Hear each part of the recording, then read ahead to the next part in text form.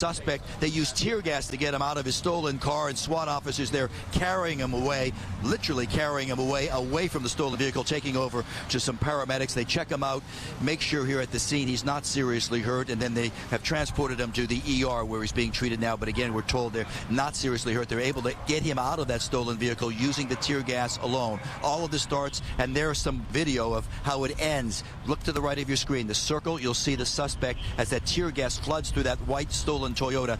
The suspect's head popping out of the back window of the car. It's blown out by SWAT, and he's just trying to get away from the tear gas, falls to the ground, wheezing, his eyes tearing up, the effects of the tear gas, and they're able to take him into custody without incident. The backstory here, it starts incredibly at 4 o'clock this afternoon, right in the heart of Beverly Hills. Police spot that white Toyota stolen out of the Santa Clarita area. They light it up. There is a quick, high-speed, dangerous pursuit right down Wilshire from Rexford. It runs east, ends there at Doheny, as the police say. The suspect in that stolen car strikes a pedestrian on Wilshire and then slams into a white Mercedes. It gets in his way. The crash ends it there, but then the suspect refuses to get out, and then we have the standoff in that stolen car with the suspect barricading himself for hours. More video. This is cell phone video. It also shows the dramatic end, street level, from some of the bystanders of how police finally used the tear gas after almost 4 hours of talking to the guy, trying to get him to come out. They use the tear gas. He falls to the ground, and they're able to take him into custody. And then some more cell phone video coming, and this shows the dramatic moments right after the crash of the pursuit.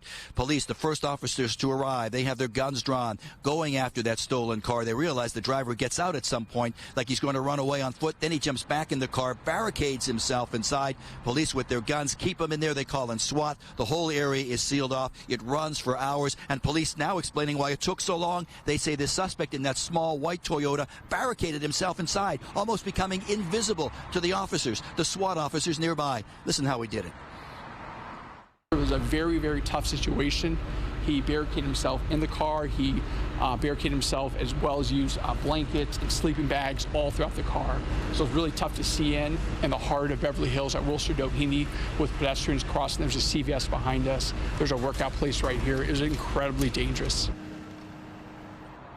The captain saying very, very dangerous here when you have late afternoon, right down busy Wilshire. You know how it is here in Beverly Hills late in the afternoon. The one pedestrian, 2 people in that white Mercedes struck by that car in that pursuit. 3 people rushed off to the ER. Police at this late hour tell us those 3 innocent victims, not life-threatening injuries. They're expected to be okay. They're trying to get some more information now on the suspect himself, but it all ends here some 4 hours after it begins. Dramatic ending. No one seriously hurt. For now, we're live here in Beverly Hills. Back to both of you.